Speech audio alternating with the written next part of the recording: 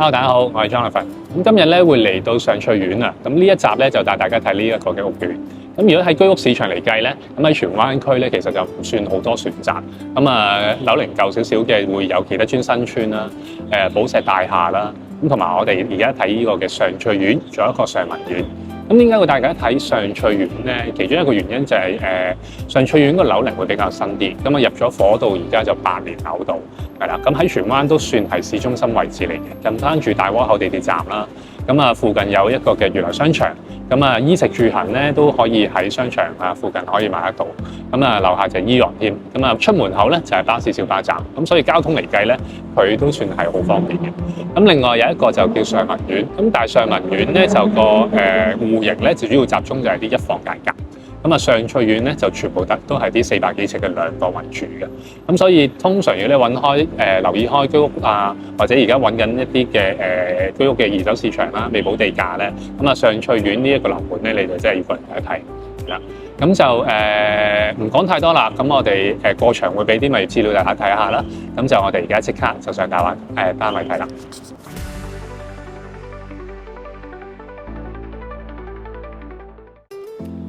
好，咁我哋而家嚟到第一個單位，咁呢個單位就係 C 座，咁中層嘅10室，實用面積就438尺，咁兩房間隔嚟嘅。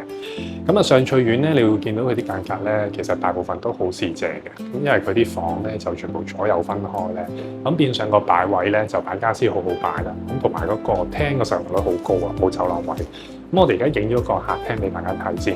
咁而家客廳你會見到咧，呢一個嘅位置咧，其實就係可以愛嚟放 sofa 啦，咁放電視機，咁就前後個距離大概都有9尺嘅。咁然之後我哋出去望一望個景觀咧，個景觀呢個咧都算係中高層，咁所以望出去咧，你會見到咧就係都係比較開揚少少啦。咁望翻住對面就係明日居啦。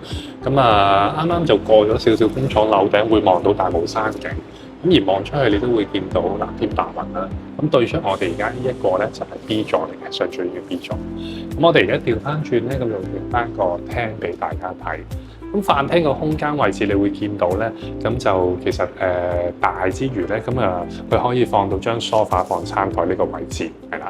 咁業主咧就喺呢一個位置咧就做咗電視機，咁就喺呢度做咗個電視機嘅櫃啦，組合櫃一個 C 字櫃，咁可以擺埋嘢添，係啦。咁可以一路食飯咁一路睇埋電視。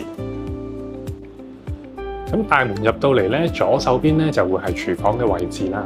咁廚房咧，業主咧其實呢間屋咧都好花心機時間去做嘅。咁全屋就裝修過晒啦。咁包括水電啊。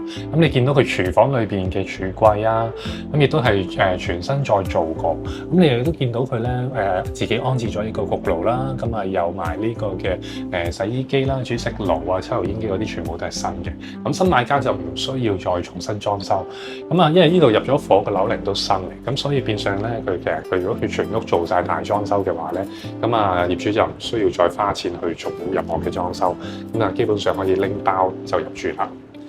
咁然之後咧，我哋洗手間嘅位置咧，其實就會喺翻呢個嘅飯廳嘅位置嘅左手邊啦。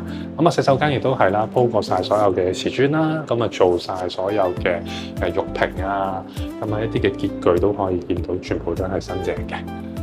亦都係可以入得嚟佢住得，咁上邊亦都加裝咗一個 Panasonic 嘅浴室寶啦，咁呢個都非常好用，因為可以愛嚟抽氣啊，同埋可以有時暖風冬天凍嘅時候咧，有暖風嘅功能可以用，咁亦都係洗手間有窗。好，咁左手邊咧就係一個嘅主人房啦，咁我帶大家入去睇下啦。咁主人房咧，你見到咧業主亦都係咧重新換過晒啲門啦，而呢對門都好厚好重嘅，咁隔音添嘅。咁另外咧就係個質量咧，你會見到佢嘅地板啊，同埋連埋床呢啲家私咧個質量都幾好，咁都係度身訂做啦，啱啱 fit 好晒啲 size 嘅。咁呢一間嘅主人房咧，咁除咗有張大床之外啦，咁你都見到咧，佢個樓底其實上翠苑咧都唔算矮嘅，都挨住有成差唔多9尺高，咁所以你見到啲櫃咧，其實你可以做到上頂嘅。好，咁最後啦，咁睇埋間細房。咁細房嘅 size 咧，其實都唔細㗎。你見到咧，其實同主人房嘅 size 都差唔多㗎。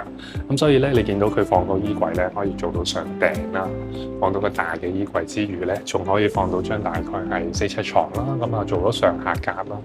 咁亦都係嗰個透光度好高啦。因為依邊個方向咧就去翻呢個嘅東北位置啦，咁啊偏北多啲，咁所以嗰個陽光個光線都好充足。好，咁我哋嚟到第二個單位，呢一個就係 boy 座咁啊高層嘅零七室，咁實用面積呢個大少少啊，441尺係啦。咁而家呢個咧就原裝間隔啦，咁啊亦都係換咗地板。咁你見到咧呢一間嗰個 size 其實同頭先第一間咧係差唔多嘅啫。咁佢而家呢個位置咧就係個飯廳位啦。咁啊入到嚟咧門口咧咁啊就係個廚房。咁你會見到咧，頭先第一間咧，其實個業主咧花咗少少心機去做呢一個門口位嘅，因為咧如果原裝上翠苑咧個廁所咧係會對住個廚房同埋對住個大門嘅呢個位置。咁啊有好多客咧就唔係咁中意嘅，即係入到嚟門口就對廁所啊，或者個廁所黐住個廚房個門口位就唔好啊。咁所以咧好多咧佢有啲業主住緊啦，尤其係第一間嗰個咧就將個門口位咧就改咗喺呢一度開嘅。咁所以變相咧，佢改咗個門口位咧，就唔會對住個廚房，對住個大門咧。所以第一間其實嗰個裝修係佢比較細心少少去做咗呢樣嘢。咁而呢間咧就原裝間隔啦，咁就冇改過，咁啊純粹就係做咗啲裝修啦。咁你會見到廚房咧，咁我都係啦，咁就做咗櫥櫃啦，咁亦都係煮食爐啊、TGC 啊。咁但係頭先你睇嗰間係有焗爐喎，咁啊啲櫥櫃用啲靚啲，因為就業主係抌本少少落去裝修嘅。咁啊，呢一間就我哋叫原裝設備啦，咁都有做過啲裝修，咁都唔使點樣大執嘅，係啦。咁啊，洗手間呢一間就都係做咗個企缸啦，咁啊裏邊就基本上頭先嗰個洗手間就會好擺啲，係啦。咁如果你見到入到嚟咧，呢度就比較窄少少啦，呢個位置係啦。咁但係個間隔都 OK 嘅。咁我哋而家去翻飯廳位置啦，咁呢度就擺咗張大嘅 sofa 啦，門口呢個位置啦。咁因為咧上翠啲兩房間隔其實間都差唔多啊，咁啊都係長方形廳，咁所以變相你客飯廳你可以前後擺又得，或者學佢咁樣呢度有啲客就會呢度擺 sofa 啦，呢度呢個位置咧就放電視機都得嘅，係啦。咁啊睇翻你自己個人喜好點樣去做家私啊，點樣擺位啦，係啦。咁之後睇下啲房啦。咁啊，房呢兩間房，咁一間主人房，一間細房，咁兩間 size 個房其實都相若啦。咁啊，呢間就會有門後邊有個衣櫃位啦，咁你可以放個大衣櫃啦。咁就望出去個景觀咧，呢間房望出去咧，我哋個方向就同頭先嗰間唔同啦。呢個就向翻西嘅，所以就會比較曬少少。咁但係個層數夠高咧，望出去咧，望個景觀就開揚啲啦。望翻住呢個荃灣市啦，望到如心廣場啦，長新天地。咁亦都俾大家睇一睇下邊咧，下邊呢個位置咧就係嚟緊會賣嘅，不過應該都冇咁快要出年嘅啦。咁啊有一座新起嘅住宅物業，咁就近翻住上翠苑呢一個嘅位置，呢一個位置而家起緊嘅，係啦，有多少少資料就再同大家睇。咁我哋睇翻呢一度先，咁就房你會見到啦，嗱房呢個位置咧。咁啊都好大空間，係啦。咁其實上翠苑個實用率都算幾高嘅啦。我哋自己睇過喺荃灣區居屋嚟計，係啦。因為如果你話對比翻其他村啊，對比翻寶石大廈，寶石大廈就因為佢樓齡舊少少啦，啲戶型開則會大啲，500幾尺嘅兩房，但係好少放盤。咁啊，其他村就純粹賣點係黐住西鐵站，但係佢啲間隔其實好坦白講就唔係話好靚，同埋唔係咁實用。咁啊，而家你見到呢個嘅另一間房啦。咁啊，呢間房咧望出去個景觀咧，其實都靚嘅。咁啊，望出去就遠景望翻市中心圍，係啦。咁但係就個方向唯獨係向西啦，我自己覺得就即係如果你呢啲鐘數咧，就會係曬啲啦。頭先嗰間就向翻東北啊，向北你嗰啲就會好啲啦，冇咁曬冇咁西斜。咁啊，價錢呢間會高少少啦。業主放緊510萬啦，啱啊，到時再傾啦。咁啊，呢個單位就睇完啦。咁之後我哋睇埋最後就第三個單位。